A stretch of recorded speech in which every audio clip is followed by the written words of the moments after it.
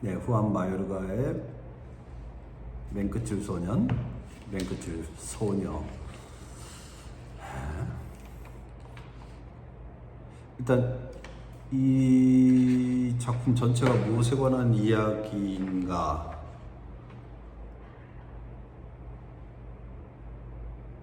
를 이해하는 거에 따라서 그게 세부를 이해하는 모든 것들이 달라진다.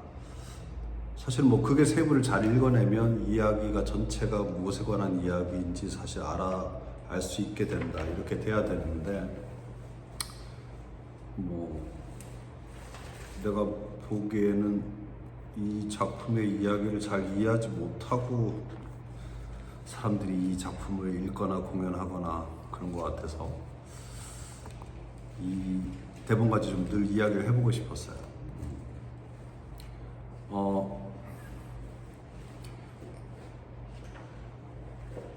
이 작품을 이해하기 위해서 우리가 신화로부터 이해를 해야 되는 것이 이제 미노타우루스의 미로에 관한 이해가 굉장히 중요하다.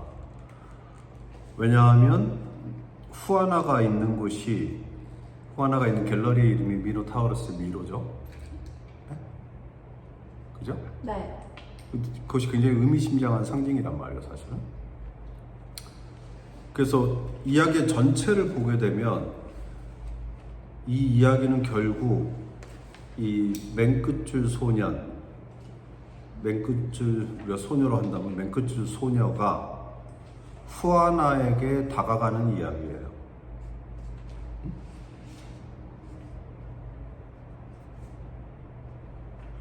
헤르만을 통해서 혹은 헤르만에게 써주는 이야기를 통해서 결국은 이 맨끝줄 소녀가 후아나에게 다가가는 구조로 되어 있어요.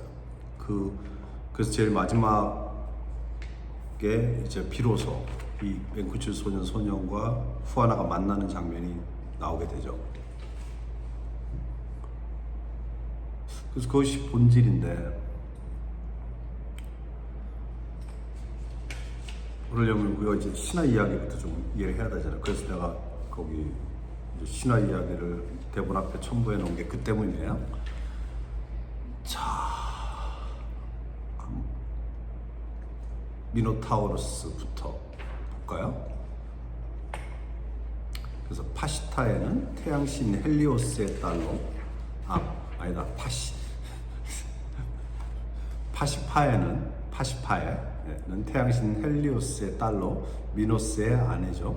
미노스는 왕위 계승을 두고 형제들과 싸우던 중에 포세이돈의 도움으로 왕이 됩니다. 그는 백성들에게 자신이 왕권을 부여받았다고 주장하면서 그 증거로 자신이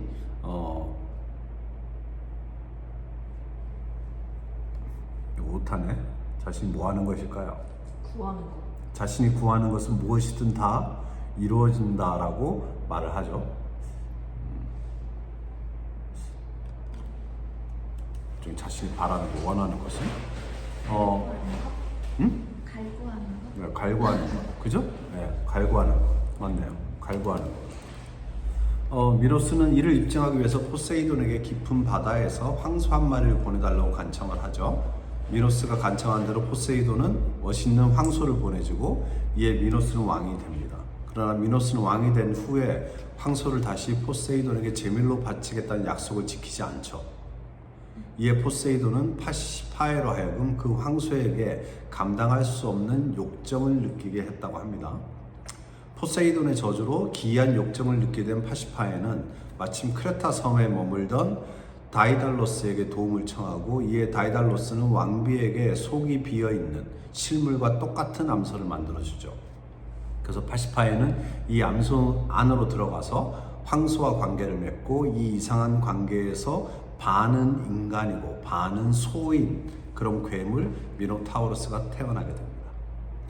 그래서 이 미노타우루스의 미궁에 관한 얘기로 넘어가야 되는데, 그래서 크레타의 왕 미노스에게 미노타우루스는 애물단지와 같은 존재죠. 아내인 파시파에가 부정한 관계를 맺어 생긴 자식이고 게다가 흉측스러운 괴물인 미노타우루스, 그러나 아내는 엄연한 왕비고 게다가 태양신 헬리오스의 딸이니까 미노스는 미노타우루스를 마음대로 처단할 수도 없어요. 그래서 미노스는 신탁에 따라서 미노타우루스를 미국에 가두고 감시하게 되죠. 건축가 공예의 달인인 다이달로스가 만든 이 미궁은 통로를 찾을 수 없도록 수많은 미로를 곳곳에 두어서 한 번 들어온 사람은 결코 살아서 나갈 수 없도록 설계되어 있어요.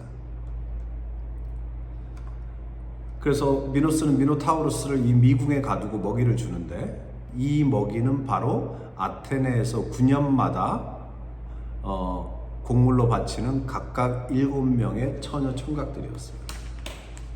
이 처녀 총각들이 미노타우루스의 먹이를 위해 제물로 바쳐지는 것이었죠. 그런데 세 번째 곡물을 바칠 때 아테네의 왕자 테세우스가 미노타우루스를 처단하기 위해서 희생 제물이 되기를 자원해서 크레타로 가게 됩니다. 그런데 크레타의 공주 아리아드네가 테세우스를 사랑하게 되죠. 그래서 그에게 실뭉치를 줘요. 그러면서 미궁에서 빠져나갈 수 있는 방법을 가르쳐 줍니다. 이야기 다 들어본 적 있죠? 네. 워낙 또 그리스 로마 신화에는 아주 모든 것을 알고 계시니 또. 네. 우리 어릴 때 만화했죠. 맞아. 그리하여 테세우스는 아리아드네가 알려준 대로 문에 실을 메고 실뭉치를 풀면서 안으로 들어갑니다. 그리고 미궁의 가장 안쪽에 있던 미노타우로스는 결국 테세우스에 의해서 죽임을 당하죠. 미노타우로스를 처단한 후에 테세우스는 풀어놓았던 실을 당기며 밖으로 나와 무사히 미국을 탈출합니다. 그죠? 그래서 이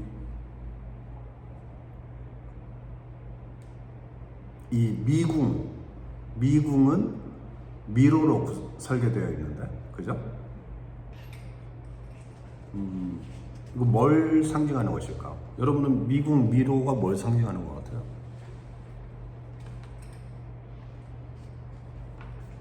일반적으로요? 네. 뭔 혼란? 헤어나올 수 없는 관계. 빠져나올 수 없는 것. 그래서 뭔가 인간이 헤어나올 수 없는 모든 난관, 삶의 모든 수수께끼 이런 것에 대한 비유이자 상징이죠. 미궁과 미로는. 네? 그리고 테세우스처럼 인간은 어떻게든 그 미로를 빠져나올 수 있는 방법을 궁리하고 난관에 처한 타인을 구출하려고 시도하고 또한 그 모든 수수께끼를 풀려고 도전합니다. 그게 인간이죠.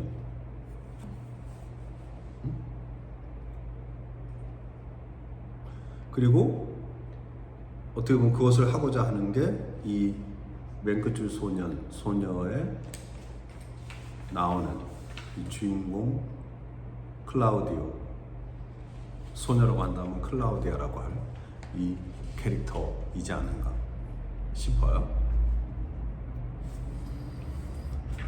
근데 네. 이 테세우스 이야기에서 테세우스가 중요한 사람이에요? 아리아드네가 중요한 사람이에요? 글쎄요. 왜냐면 그쵸, 누가 더 중요할까요? 아리아드네의 실이 없었다면 테세우스가 그곳에 가서 미노타우로스를 문지를 수 없었기에 그리고 그것은 아리아드네가 테세우스를 사랑했기 때문에 모든 것이 가능했던 거잖아. 그죠? 네. 그래서 테세우스가 더 중요했다라고만 말할 수 없어요. 아리아드네 없이 불가능했던 일이기 때문에. 응? 그래서 이 아리아드네의 실에 해당하는 것이 어떻게 보면 이야기인 거죠. 이 맨 끝줄 소녀의 이야기. 그 이야기를 통해서 후아나에게 다가가기 때문에 어떻게 보면. 그 다음에 또 하나는 이 작품을 이해하기 위해서 내가 보기에 이제 여러분들이 알아야 되는 게 모비딕의 시작 부분이에요. 왜냐하면 좀 있으면 대본에서 언급이 될 텐데 자, 모비딕의 시작을 읽어 드릴 테니 한번 들어보세요. 네. 모비딕 1장의 제목이 제가 접한 번역에서는 이렇게 되어 있습니다. 어렴풋이 보이는 것들. 자, call me 이슈마엘이라고, 내 이름을 이슈마엘이라고 해두자, 나를 이슈마엘이라고 불러라 라고 시작되는 너무나 유명한 문장으로 시작되는 작품인데, 몇 년 전, 정확히 언제인지는 아무래도 좋다, 지갑은 거의 바닥이 났고 또 무태는 딱히 흥미를 끄는 것이 없었으므로 당분간 배를 타고 나가서 세계의 바다를 두루 돌아보면 좋겠다는 생각을 했다. 그것은 내가 우울한 기분을 떨쳐버리고 혈액순환을 조절하기 위해서 늘 쓰는 방법이다. 입 언저리가 일그러질 때, 이슬비 내리는 11월처럼 내 영혼이 을씨년스러워질 때, 관을 파는 가게 앞에서 나도 모르게 걸음을 멈추거나 장례 행렬을 만나 그 행렬 끝에 붙어서 따라갈 때, 특히 심기증에 짓눌린 나머지 거리로 뛰쳐나가 사람들의 모자를 보는 족족 후려쳐 날려보내지 않으려면 대단한 자제심이 필요할 때, 그럴 때면 나는 되도록 빨리 바다로 나가야 할 때가 되었구나 하고 생각한다. 쉽게 얘기해서 삶이 역 같을 때 이렇게 되는 거죠. 네. 이것은 나에게는 권총과 총알 대신이다. 카토는 철학적 미사여구를 뇌까리면서 칼 위에 몸을 던졌지만 나는 조용히 배를 타러 간다. 이것은 전혀 놀라운 일이 아니다. 바다를 알기만 하면 누구나 정도의 차이는 있겠지만 언젠간 바다에 대해서 나와 비슷한 감정을 품게 될 것이다. 그런데 여기 맨해튼 섬에 세워진 그대들의 도시는 인도의 섬들이 산호초에 둘러싸여 있듯이 띠처럼 이어진 부두에 둘러싸여 있고 밀려오는 교역의 파도에 에워싸여 있다. 오른쪽으로 가도 왼쪽으로 가도 길들은 바닷가로 이어져 있다. 시내가 끝나는 곳에는 포대가 있고 그곳의 웅장한 방파제는 파도에 씻기며 몇 시간 전만 해도 육지가 보이지 않는 곳에 있었던 산들바람에 열기를 식힌다. 보라, 바로 그곳에 사람들의 무리가 바다를 바라보며 서 있다. 꿈꾸는 듯한 안식일 오후의 도시를 거닐어 보라. 콜리어스 곳에서 곧 지읒 받침 코엔티스 선창까지 걸어간 다음 그곳에서 화이트홀을 지나서 북쪽으로 걸어가 보라. 무엇이 보이는가? 시내 곳곳에서 수천 명의 사람들이 말없이 보초병처럼 서서 바다에 대한 몽상에 잠겨 있는 것을 볼 수 있을 것이다. 말뚝에 기대어 서 있는 사람, 잔교 끝머리에 앉아 있는 사람, 중국에서 온 배들의 배전 너머를 바라보는 사람, 바다를 좀 더 잘 보기 위해서 식구 위에 높이 올라가 있는 사람도 있다. 삭구 위에 높이 올라가 있는 사람도 있다. 하지만 이들은 모두 무태 인간이다. 평일에는 외까지 지붕과 회반죽 벽 안에 갇힌 채 계산대에 묶여 있거나 의자에 박혀 있거나 책상에 붙잡혀 있는 사람들이다. 그렇다면 이건 어찌 된 일인가? 푸른 들판이 사라져 버렸나? 그들은 도대체 여기서 무엇을 하고 있단 말인가? 그러나 보라, 더 많은 무리가 이쪽으로 오고 있다. 바다를 향해 곧장 걸어오고 있다. 바닷속으로 텀벙 뛰어들 것처럼. 이상한 일이다. 육지가 끝나는 곳이 아니면 그들은 만족하지 못하는 듯하다. 저기 창구 그늘에서 빈둥거리는 것만으로는 충분치 않다. 그렇다. 물에 빠지지 않는 한 될 수 있으면 무태 가까이 다가서고 싶은 것이다. 그런 자들이 저곳에 몇 마일이나 줄 서 있다. 모두 뭇사람인 그들은 오솔길과 골목길에서 가로와 도로에서 동쪽에서 서쪽에서 남쪽에서 북쪽에서 오고 있다. 하지만 결국은 모두 이곳에 모여 한 무리가 된다. 말해달라. 저 모든 배의 나침판 바늘의 자력이 그들을 이곳으로 끌어당기고 있는 것일까? 한 번 더 생각해보자. 가령 당신이 시골에 호수가 많은 어느 고지대에 있다고 하자. 어느 길이든 마음에 드는 오솔길을 골라서 걸어간다고 하자. 당신이 택한 길은 10중 8구 골짜기로 내려가 시냇가 웅덩이에 이르게 될 것이다. 웅덩이에는 마력이 있다. 가장 얼빠진 사람을 가장 깊은 몽상 상태에 빠뜨린 다음 그 사람을 일으켜 세워서 발길 닿는 대로 걸어가게 해봐라. 그 지역에 물이 있다면 그 사람은 틀림없이 물이 있는 쪽으로 당신을 데려갈 것이다. 미국의 거대한 사막을 여행하다가 목이 마르거든, 그리고 일행 중에 우연히 형이상학 교수라도 끼어 있거든 이 실험을 한번 해보기 바란다. 누구나 알다시피 명상과 물은 영원히 결합되어 있다. 하지만 여기 화가한 사람이 있다고 하자. 그 화가는 세이코 계곡에서 가장 몽상적이고 가장 어둡고 가장 조용하고 가장 매혹적인 경치를 낭만파적인 풍경화로 그려주고 싶어 한다. 그때 화가가 택하는 주요 소재는 무엇일까? 은둔자와 십자가상이 줄기 속에 들어있기라도 한 것처럼 속이 빈 나무들이 배경에 서 있다. 이곳에는 목초지가 잠자듯 누워있고 저쪽에는 가축들이 잠들어 있다. 그 너머 오두막에는 연기가 졸린 듯이 피어오른다. 미로 같은 오솔길이 구불구불거리며 먼 숲속으로 깊숙이 들어가 겹겹이 포개진 산마루에 이른다. 산비탈은 아련한 푸른빛에 쌓여있다. 하지만 그림이 그렇게 무아지경에 빠져 누워있어도 소나무가 목동의 머리 위에 한숨 소리를 나뭇잎처럼 떨어뜨려도 목동의 눈동자가 눈앞에 매력적인 시냇물에 쏠려 있지 않다면 모든 것이 허사일 것이다. 6월의 대초원을 찾아가 보라. 무릎까지 올라오는 참나리를 헤치며 수십 마일이나 걸어갈 때 뭔가 한 가지 매력이 빠진 것 같지 않은가? 그렇다. 물이다. 그곳에는 한 방울의 물도 없는 것이다. 나이아가라가 모래 폭포라면 어느 누가 그것을 보려고 수천 마일이나 먼 길을 떠나겠는가? 테네시주의 어느 가난한 시인이 어쩌다 두 줌의 은화를 얻었을 때 그토록 절실히 필요했던 외투를 살 것인가, 아니면 로커웨이 해변으로 도보 여행을 하는 데 쓸 것인가를 놓고 한참 고민한 것은 무엇 때문일까?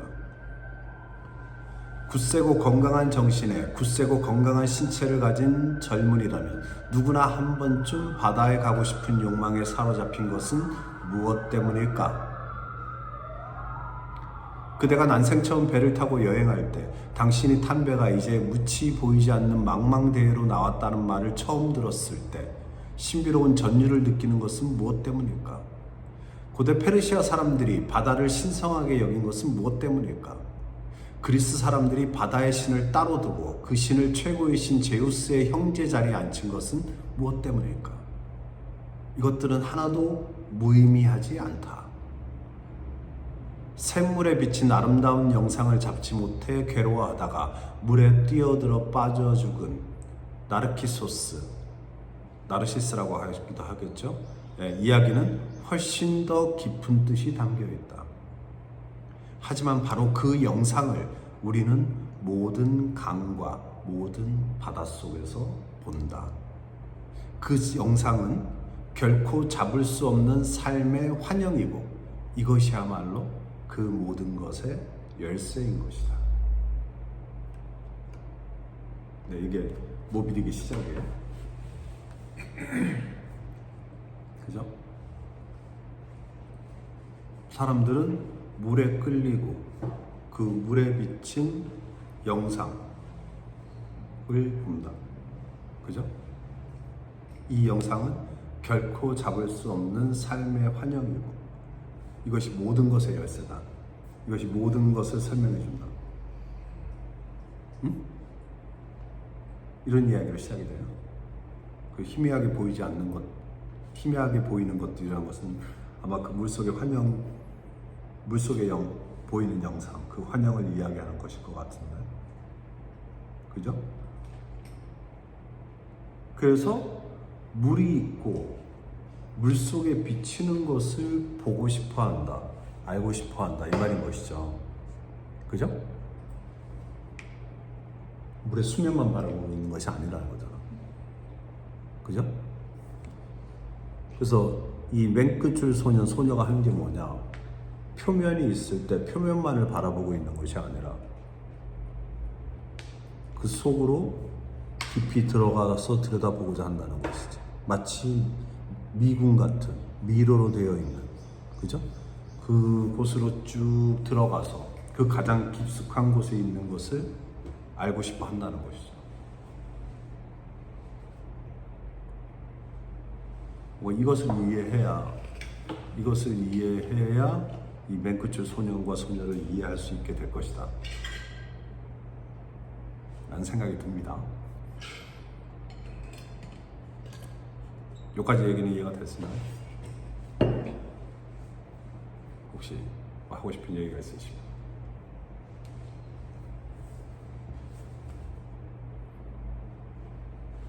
없어요?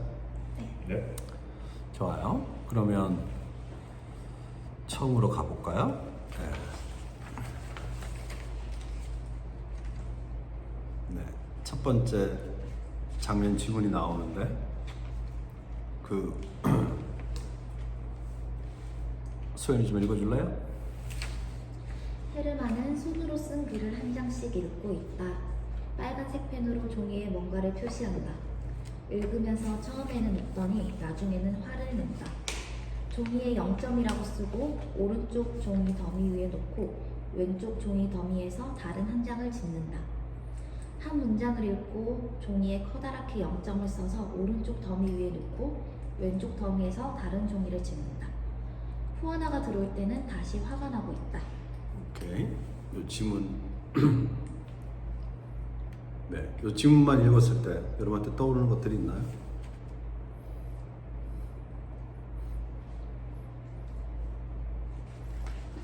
질문이든 궁금해지는 게 있나요? 질문이 떠오르나요? 어떤 생각이 드나요? 뭐 없나요? 아무거나? 네.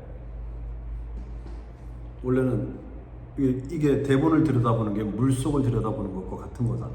네. 거기에 반드시 여러분이 뭔가가 보이게 되어 있거든요. 네. 그렇지 않나요? 그리고 그게 사람별로 보이는 게 달라서 뭐가 보이는지 얘기해 주세요.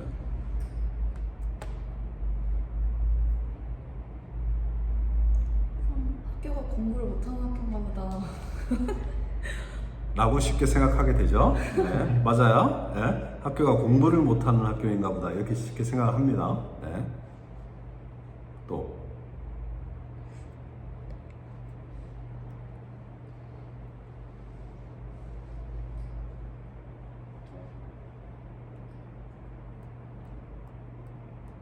뭔가 이상한 게 그 문제가 아니고 손으로 쓴 글인데 네. 점수를 쓰고 있어. 손으로 쓴 글에 점수를 매긴다. 그것이 조금 이상하게 생각이 된다. 오케이, 좋은 관찰입니다. 일단 점수를 매기는 행위를 우리가 어떻게 볼 것이냐의 문제죠. 응? 그죠? 이게 그냥 뭐랄까요, 객관식 문항이 있어서 그거 가지고 지금 하고 있는 게 아니고 손으로 쓴, 그렇죠, 타이핑한 것도 아닙니다. 그죠? 예, 손으로 쓴 글씨, 손으로 쓴 글, 예, 손으로 쓴 글. 이 부분이 약간 그냥 언뜻 보면 아무것도 아닌 것 같지만 살짝 예, 손으로 썼다. 근데 거기에 점수를 매긴다. 그것도 0점을 준다. 여기에 대해서 좀 생각할 여지가 있는 것 같아요. 저 아까 앞에 나왔던 이 신화랑 연결지어서 상상돼요. 네. 어떻게? 이 헤르만이 네. 괴물인 거예요. 아하. 그래서 여기 앞에 이제 제물로 이제 글들이 왔어요. 제물로 글들이 왔어요. 오. 오케이. 이거 맛봐요. 맛봐요. 맛없어. 맛없어. 아. 이렇게 시식하고 있는 거. 좋은 얘기네요. 이렇게 반응. 네? 좋은 얘기네요. 그죠? 네, 맞아요. 그래서 내가 드는 생각은 이게 한 번이 아니라 연속적으로 0점을 주잖아요. 그죠? 그럼 이 얘기는 뭐냐면 헤르만이 자신만의 어떤 기준을 가지고 있고 그 기준에 부합하지 않을 때 그것을 낙제로 여긴다는 거죠. 그죠? 물론 뭐 아까 얘기했지만 요즘 학생들의 어린 세대들의 사고력과 글쓰기 능력이 형편없음을 말하는 것이기도 하죠. 요즘 우리나라도 그렇잖아. 그죠? 아이들의 문해력 계속 문제가 되고 있잖아요. 그죠? 우천시는 어느 도시인가요? 어디에 있는 도시인가요? 우천시. 우천시 아, 라고 했을 때 아이들이 우천시 어디 있는 도시예요? 라고 충격이잖아. 그것도 있었어요. 심심한 사과의 말씀을 드리고. 심심하지 않고 진지한 사회라는 뭐, 네? 네, 뭐 그런 식의 문해력이 우리나라가 문제가 되고 있잖아. 그 부분을 말해준 부분이 있긴 하지만 헤르만이 어떤 기준 혹은 뭐 이상 뭐라고 부를지 모르겠는데 그런 것을 가지고 있고 그 이상에 부합하지 않는 이들을 어떤 태도로 대하는지, 그래서 그 태도로 인해서 역으로 헤르만이라는 사람이 어떤 사람인지를 말해주는 것이기도 할 것이다 라는 생각이 든다는 거예요. 그것을 이제 부정적인 시각으로 이런 것들을 바라본다면 헤르만 자체에 대해서 아마도 사회적으로 대성공을 거두지 못한 상태. 왜냐하면 지금 헤르만은 자기가 유명한 소설가가 된 게 아니라 고등학교에서 문학이나 가르치고 있는 그런 현재 자신의 어떤 존재 상황? 이런 것에 대한 어떤 불만이나 콤플렉스, 분노 혹은 좌절이나 무기력? 이것을 자신이 가진 권력, 즉 평가하고 재단하고 하는 그 권력을 무자비하게 남용하고 있는 것이 아닐까? 마치 미로 속에 있는 미노타우로스의 괴물처럼. 맞아요. 양재의 말대로. 그런 것은 아닐까? 라고 생각해 볼 수 있게 된다는 거죠.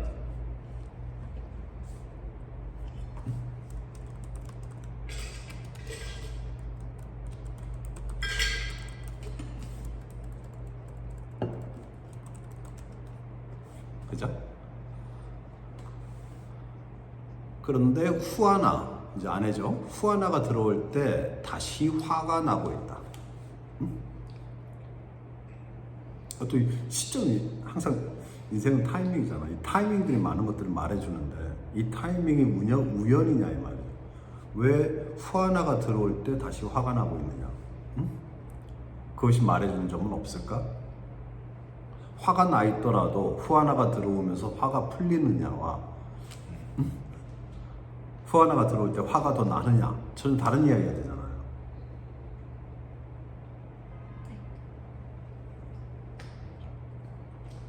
그러면서 헤르만이 얘기합니다.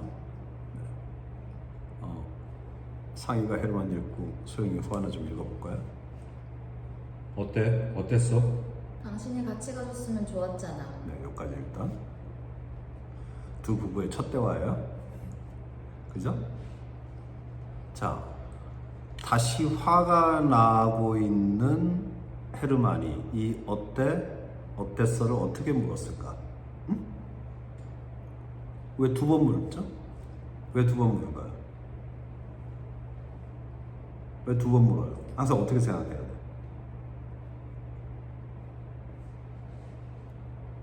왜 두 번 물어요?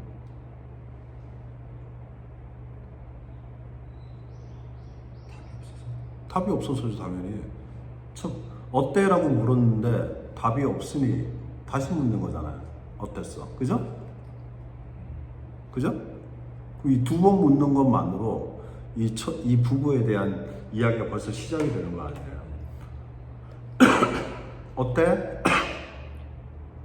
라고 했을 때 답이 있다면 대화가 달라졌겠죠?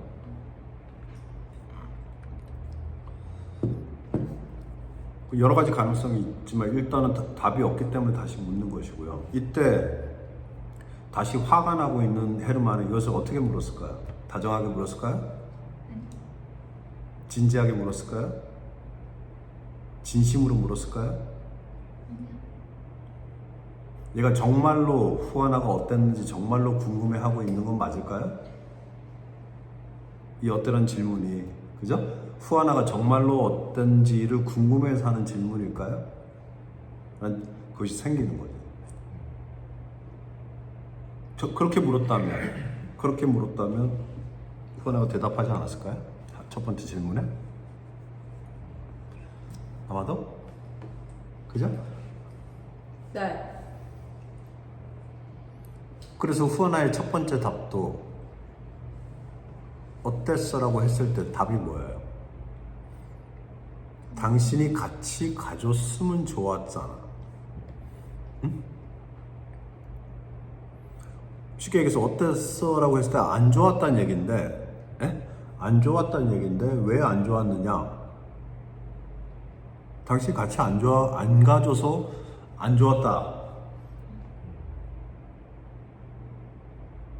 같은 말이 되는 거죠. 그죠? 그러면서 여기서 요 한마디로 벌써 알 수 있는 게 이 두 사람이 무언가를 함께 하는 사이가 아니라, 그죠? 함께 하는 사이가 아니라 뭐야? 따로 노는 사이다. 라는 게 벌써 이 첫 대화에서 묻어나잖아. 그렇지 않아요? 네.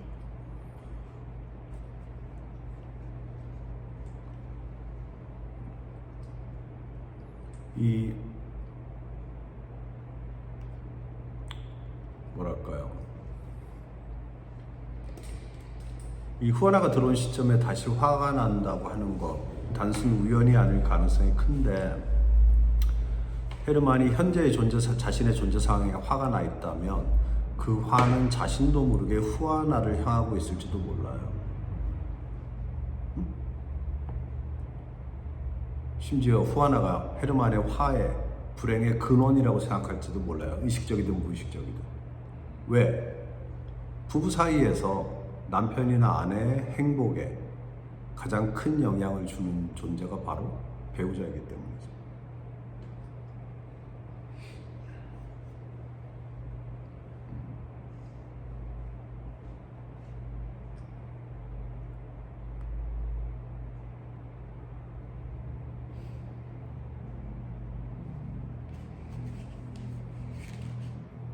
그래서 이 이어지는 대화들이 다정하거나 화기애애한 대화일까? 아니면 뭔가 냉랭하고 어색함이 감도는 대화일까? 일단 달라지겠죠? 자, 다음 부분 읽어볼까요?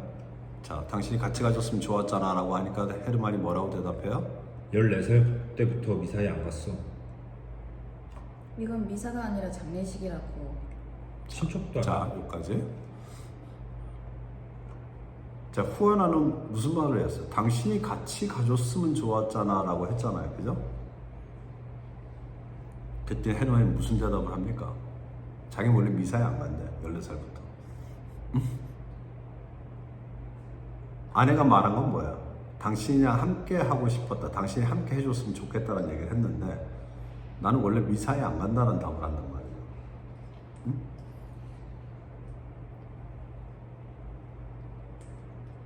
자, 14살부터 미사에 안 간다. 헤르만에 대해서 뭘 얘기해 주는 걸까요? 혹시 교회 안 간 적 있나요? 다니다가? 안 다닌 적 있나요? 아니요, 저는 아, 없어요? 네. 상의는 없대요. 14살 이후에 교회, 성당에 가지 않는다. 뭘 말하는 걸까요? 신을 믿지 않는 것인가요? 아니면 교회를 믿지 않는 것인가요? 둘 중에 하나겠죠, 아마도. 신앙, 믿음을 잃었기 때문일까요? 아니면 죄의식 때문일까요?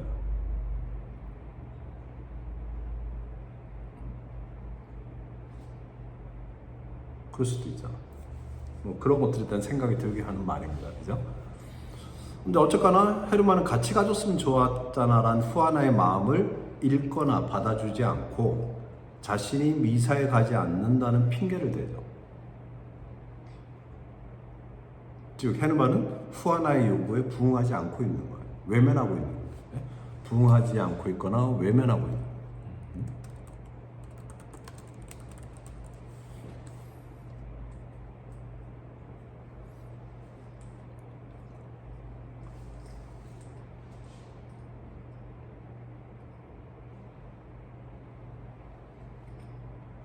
그랬을 때 헤르만이 이런 식으로 대답하는 게 처음일까요? 아니요. 아니겠죠? 그죠? 헤르만이 이런 식으로 대답하는 게 처음이 아닐 거예요. 그것들이 아마 쌓여 있을 겁니다. 그죠? 네. 그래서 후아나는 헤르만이 또 이런 식으로 넘어가려고 한다고 느낄 거예요. 그래서 지적하는 말인 것이죠. 미사가 아니라 장례식이라고. 후아나가 지금 장례식에 갔다 왔다.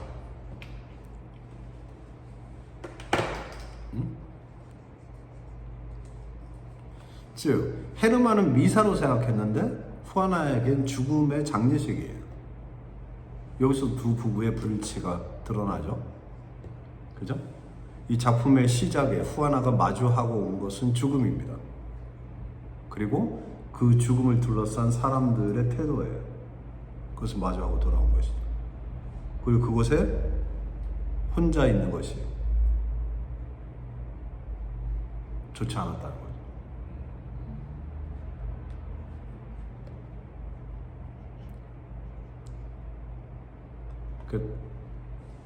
그렇게 얘기하니까 헤르만이 또 뭐라고 하는지 읽어봅시다. 다음 두 대화 읽어볼게요. 친척도 아니고 친구도 아니었잖아. 설마 브루노가 내 친구였다고 말하려는 건 아니겠지? 혼자 있기 싫었다고. 같이 이야기할 사람도 없고. 그렇게 얘기하니까 침묵이 생겨요. 그죠? 자, 헤르만은 미사가 아니라 장례식이라고 하니까 거기에 대해서 또다시 핑계를 댑니다. 그죠? 또다시 핑계를 대요. 그죠? 친척도 아니고 친구도 아니잖아. 그런데 내가 왜 가야 돼? 후아나가 계속 얘기하는 건 당신하고 같이 있고 싶었다는 얘기인데 그 얘기는 안 하고 내가 가족 친척도 아니고 친구도 아닌데 장례식에 왜 가야 돼? 설마 브루노가 내 친구였다고 말하려는 건 아니지? 자, 브루노란 이름이 처음으로 나왔어요. 네, 읽는 사람도 관객도 처음에 누구지 하겠죠. 작품이 지나가면서 좀 더 정보가 더 나오면서 누구지 밝혀질 텐데, 네, 후아나가 일하는 것과 관련된 사람이에요. 즉 아내가 일하는 것과 관련된 사람인데 헤르만은 자기와 상관없는 사람처럼 여긴다. 즉 후아나의 일을 내 일처럼 여기지 않는다라는 거겠죠. 아마도 친척도 아니고 친구도 아니었잖아. 이 말도 살짝 웃긴데 살짝 웃겨요. 왜냐하면 이렇게 말하는 걸 보면 헤르만한테는 친척이나 친구가 있나? 라는 생각이 들어요. 그래서 친척이었어도 친구였어도 안 갔을 것 같은 느낌?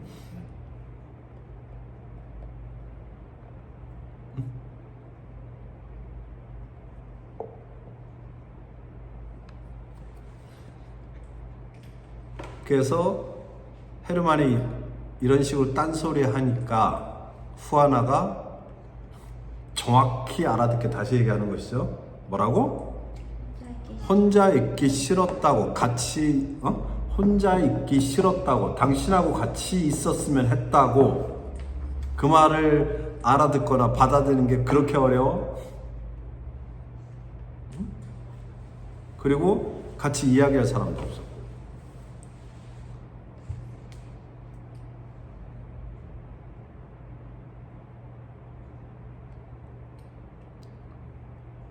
그래서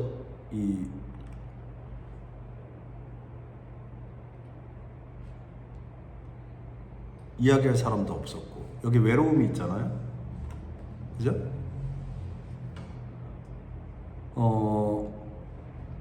후아나는 결혼 생활과 사회 생활을 모두 하고 있지만 혼자라고 느낀다.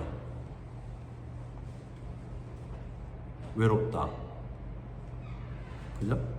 이야기할 사람이 없다는 것은 자신의 관심사, 시각, 관점 등이 일치하거나 통하는 사람이 없다는 것이고 마음이 맞는 사람, 자신의 마음을 드러낼 수 있는 사람이 없다는 뜻이다.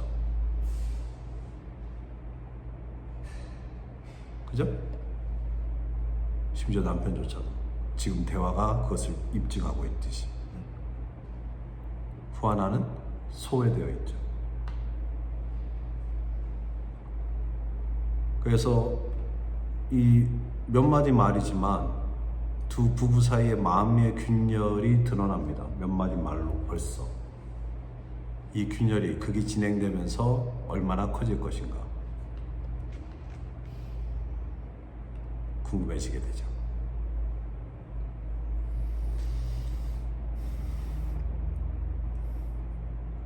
자, 이 침묵의 시간 동안 무슨 일이 일어나고 있는 걸까요?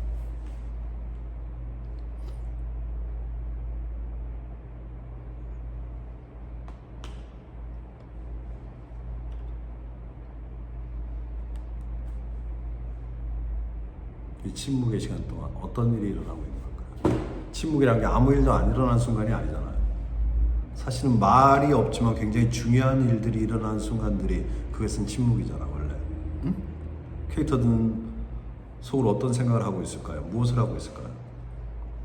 기싸움. 기싸움. 그럼 후아나 입장에서 후아나는 뭘 하고 있을까요? 응? 방금 혼자 있기 싫었다고, 같이 이야기할 사람도 없었고 라고 얘기했어요. 후아나는 뭘 하고 있을까요? 남편이 그것에 대해서 어떤 답을 할지를 기다리고 있지 않을까요?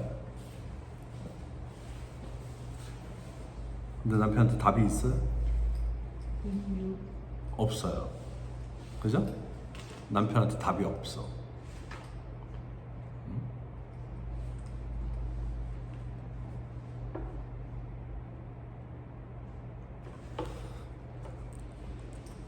기다려도 원하는 답이 돌아오지 않아. 원하는 어떤 답이 돌아오지 않아. 그러니까 어떻게 돼요? 체념하고 화제를 돌리게 되죠. 응? 체념하고 화제를 돌리게 돼요.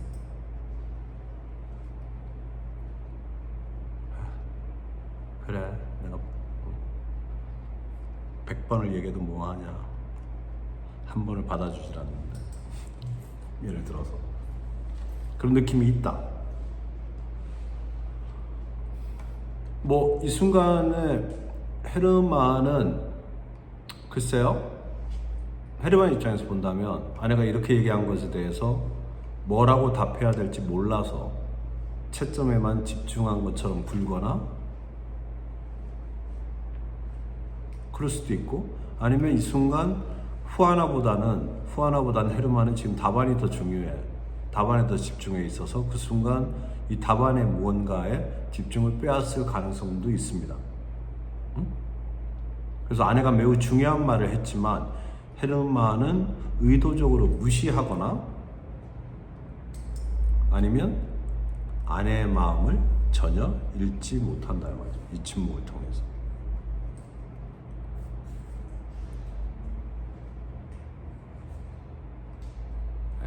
다음 부분 계속 읽어볼까요?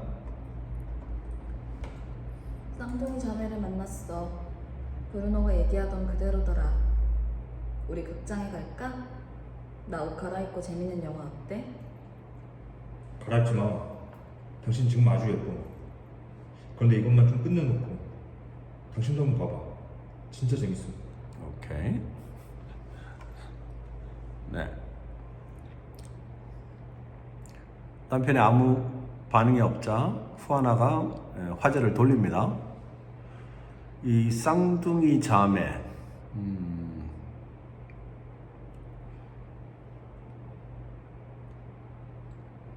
뭐 쌍둥이 자매도 이제 이야기가 진행되면서 조금 더 어떤 사람들인지 이야기가 될 텐데, 쌍둥이 자매라는 것 자체가 좀 어떤 상징적인 의미를 갖고 있는 것처럼 여겨져요.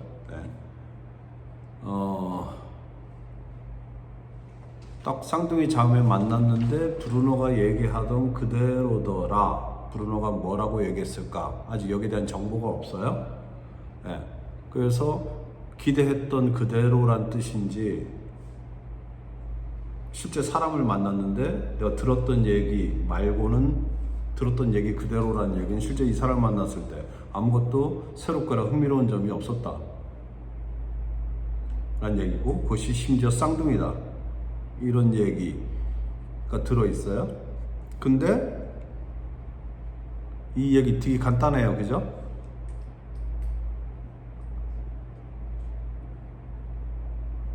뭐 사실 이 쌍둥이자는 브루노에 대해서 뭐 특별히 말할 거리도 없고 말하고 싶지도 않고 뭐 이런 느낌이 좀 있고요. 후아나는 여전히 헤르만과 함께하지 못한 것에 대한 서운함과 아쉬움이 남아있고, 그래서 노력하죠. 함께하고 싶은 마음이 간절해서 어떻게 합니까? 후아나가 헤르만에게 두 번째 기회를 줍니다. 두 번째 기회를 주죠. 영화 보러 가자고. 그죠? 옷 갈아입고 영화 보러 가자 라고 두 번째 기회를 줍니다. 그랬더니 갈아입지 마, 당신 지금 아주 예뻐 라고 답을 해요.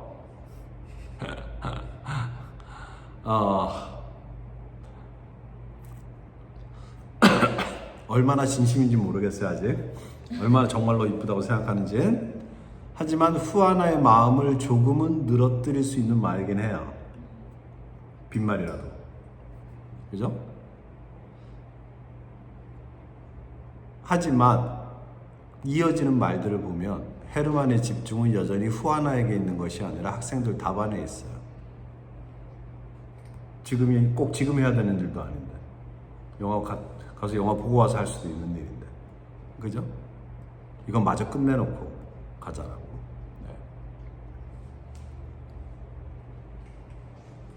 더구나 이게 뭐 계속 0점만 주고 있었는데, 그죠? 이게 너무너무 재밌는 일이었으면 그걸 계속 하는 것도 이해가 되지만 계속 0점만 주고 있었는데 하기 싫잖아, 어떻게 보면. 네. 근데 불구하고 바로 나가려고 하지 않고 이걸 끝내놓고 가려고 합니다. 그러면서 이 갈아입지 말라는 것은 언뜻 보면 영화 보러 가자란 말처럼 들리긴 하는데, 헤르만이 이 약속을 지킬까? 이 장면 끝에 영화를 보러 나갈까? 글쎄올 시다입니다. 네. 글쎄, 갈아입지 마, 이뻐란 말만 하고 나서, 네. 이것만 좀 끝내놓고 당신도 한번 봐봐, 진짜 재밌어.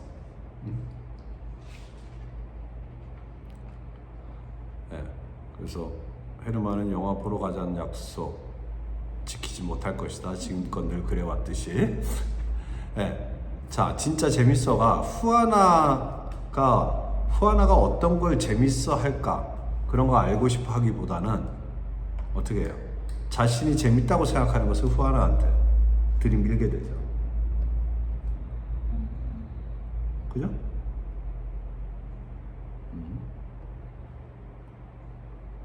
그렇잖아.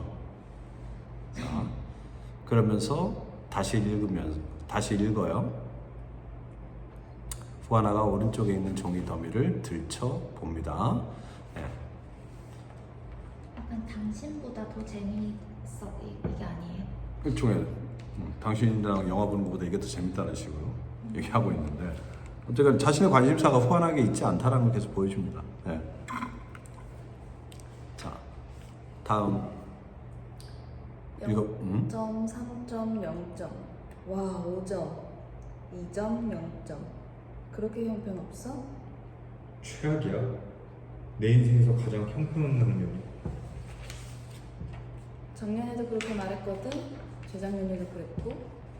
헤르만은 종이에 1점을 기록하고 후아나에게 준다. 그리고 다른 종이를 집어든다. 오케이? 자, 네. 그래서 쭉 0점, 3점, 0점, 그러다 5점이 나오니까 5점이 와가 되는 것이고, 얘는 2점, 0점. 그렇게 형편없어 라고 물어요. 자, 이 학생들의 글쓰기가 형편없다, 이것을 어떻게 여겨야 되느냐? 어떻게 여겨야 되느냐? 학생들의 글쓰기가 형편없는 것은 학생들 탓일까요? 가령 요즘 아이들이 문해력이 떨어진다 아이들 탓일까요? 아니요. 순전히 개인적인 문제일까요? 아니요. 아니, 자, 학생들 전반적으로 집단적인 문제라면 그것은 사회적인 문제이잖아. 일단은. 그죠? 그 우리가 사는 세상이 아이들에게 글쓰기를 더 잘하게 하는 세상이 아니라는 이야기가 일단 담겨 있는 거잖아. 그렇지 않나요? 아이들이 사고를 잘 못해. 글을 잘 쓰려면 사고력이 좋아야 되는데 사고를 잘 못한다. 그럼 이 아이들이 살아가는 세상이 어떻기 때문이에요? 아이들의 사고력을 발달시키는 세상이 아니기 때문에 그럴 확률이 높잖아. 그죠? 근데 그런 것에 대해서 아이들만을 평가한다. 아이들한테만 문제가 있다고 여긴다. 에 대한 질문이 떠오를 수밖에 없어요. 그렇지 않아요? 그리고 내 역할이 뭡니까? 가르치는 건데 내 역할이 문학 선생이고 아이들이 사고와 글쓰기를 더 잘할 수 있게 도와주는 거잖아요. 지금 현재 글쓰기를 잘하냐 못하냐를 재단하거나 평가하는 사람이 아니라 그런 문제의식을 가진 선생님이라면 더더욱 아이들의 사고력과 글쓰기를 나로 인해서 나아지게 할 수 있는 부분은 없는가? 라는 생각이 드는 거예요.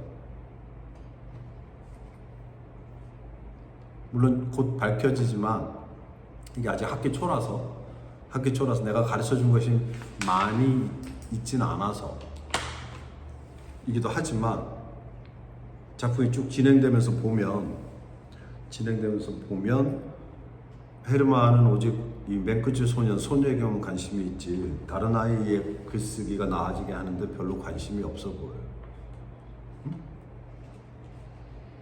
즉 내가 나를 연기 선생을 예로 든다면 여러분들이 나한테 연기를 배우러 왔는데 연기 너무 못해 저거밖에 못하냐 이러고만 있는 거야. 근데 연기 잘하는 애가 한 애가 나타났어. 박성이 나타났어. 오, 서영. 이러고 있는 거야, 헤르만. 그렇게 보이지 않아요? 네. 그런 느낌이 든다는 것이지. 그래서 물론 이런 것들을 통해서 인문학이 죽어가는 시대, 어린 세대로 갈수록 점점 더 인문학을 등한시하는 시대, 시각적이고 이미지, 비주얼만 범람하는 시대에 우리가 헤르만이 위치하고 있는 건 맞아요. 그리고 헤르만은 이런 세태에 대해서 개탄만 하고 있고 체념한 채로 살고 있는 것처럼 보여요. 일종의 절망 상태에 빠져 있는 것이죠. 자신으로 인해서 모든 것들이 달라지게 하려는 어떤 그런 것보다는 그것에 개탄만 하고 체념하고 있는 상태. 거기에 있는 것처럼 보인다.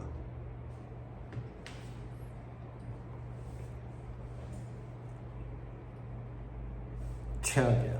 내 인생에서 가장 형편없는 학년이야. 라고 했더니 작년에도 그렇게 말했고 재작년에도 그렇게 말했대. 즉 헤르만이 이러고 산 지가 벌써 3년이 됐다는 얘기인 거잖아요. 그 이전 어떤지 몰라도 후안의 말만 듣고 최소 3년은 된 거 아닌가 지금. 그죠? 네.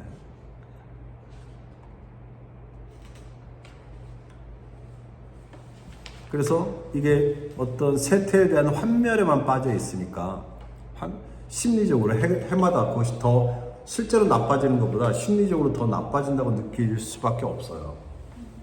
그렇지 않나요? 네. 근데 그 점을 후아나가 꼭 집어서 지적하는 거죠. 작년에도 그랬거든. 재작년에도 그랬고. 네. 그래서 이런 관점에서 보면 후아나의 인식과 판단이 헤르만이 그것보다 더 정확하고 예리해 보일지도 몰라요. 그렇지 않나요?